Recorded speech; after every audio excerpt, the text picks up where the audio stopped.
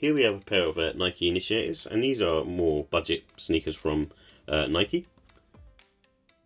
And these were originally released in 2024, so it's a kind of a new silhouette, I guess, taking inspiration from those lifestyle casual sneakers that Nike has been releasing on sort of the budget end of the spectrum.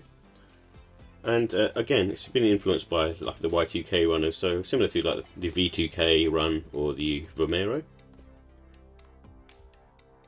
So with the details, it comes in a light bone, coconut milk, metallic silver and smoke grey colourway.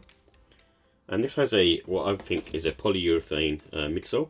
I don't think it's EVA because it feels quite sort of stiff to the touch as far as I can see. It has a rubber outsole, so you can sort of see that here. It's pretty much made of rubber. So it's one of those pieces where it's doing its job and quite sort of similar to the P6000 in terms of its traction pattern. And the upper is made up of all synthetic materials. And the price for these are $74.99, which is I think a good price for what you get.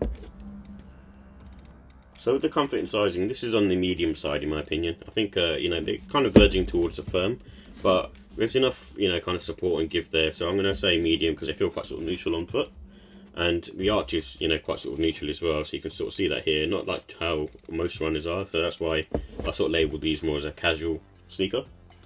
And no wearing time really. There's a little bit of tightness compared to say the P6000, but nothing like awful. But generally this should sort of loosen up after a while. This mesh material. It's probably slightly more protective than what you get on say the P6000 or the Vomero, because it's not using a traditional mesh material. So it feels like it's more of a woven, almost sort of nylon material. So it should be a bit more protective. And you can go true to size in this, which is what I did, and I felt fine in these. And I think most of the modern day runners from Nike tend to be true to size, and it works well. And these also have, like I said earlier, good grip, so you can sort of see that on here. It's pretty much a sort of standard grip that you would see from any kind of sort of lifestyle runner. So with the look and style, I do like the Y2K style aesthetics. I probably like these more than the P6000 because I think it has like a cool look to it.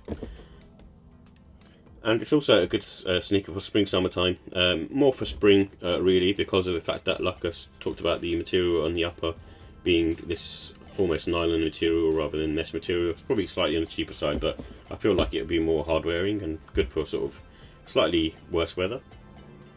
And it's a good casual wear sneaker, and it's one of those ones, again, being a Y2K sneaker that is mainly sort of rock casually. It comes with sail laces, but you can put in some grey laces or even white laces as well.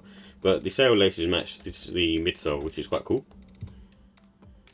So with the final thoughts, I do like the Y2K aesthetic on this, and that's kind of why I picked these up, just to kind of see how they are, and especially compared to say the V2K run, and also the P6000, and also the Vomeros. And they feel quite sort of lightweight on foot, so the foam material that's being used in combination with the upper, as to be expected from sort of a lifestyle looking runner shoe. And I feel like they're wide fit friendly as well, not as much as a P6000, but still it's fine, like for wearing how you want to wear them. And there's quite a lot of give as well with the laces to kind of pull it more apart. And the cost at £75, you can even pick them up on sale, which is what I did, and got them for like £54, £52. But it's a good buy for that amount of price. And I think the cons are there's not really much tech in this. It's kind of similar to the P6000 in terms of its tech. So it's just got like a foam midsole going on here. Not much good give to it, but it's supportive enough and fine for most everyday sort of uses really. And the upper materials is on the cheaper side, and again, to be expected for the price that you're paying. So with the ratings, I'm going to give the look and style a 3 out of 5. I think compared to other sneakers, I think this one is pretty much bang on for the price that you're paying.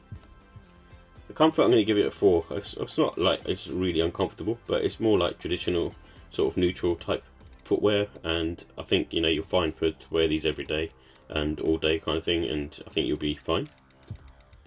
The quality, I'm going to give it a 3. It's just obviously the price that you pay, you're not going to get much tech in it, and it's going to have sort of cheaper materials, and that's to be expected. But the price, I'm going to give it a 5 because obviously the overall package of it is it's really good value for what you get. But overall, I'm still going to give the score a 3 out of 5. It's an average sneaker, and if you're looking for something just to wear every day, and you're not fussed about modern technology, and you just want a sneaker that kind of looks good and looks the part, then this is definitely worth grabbing, and you know, for most people, it's what they need really, and it does pretty much the job that is intended.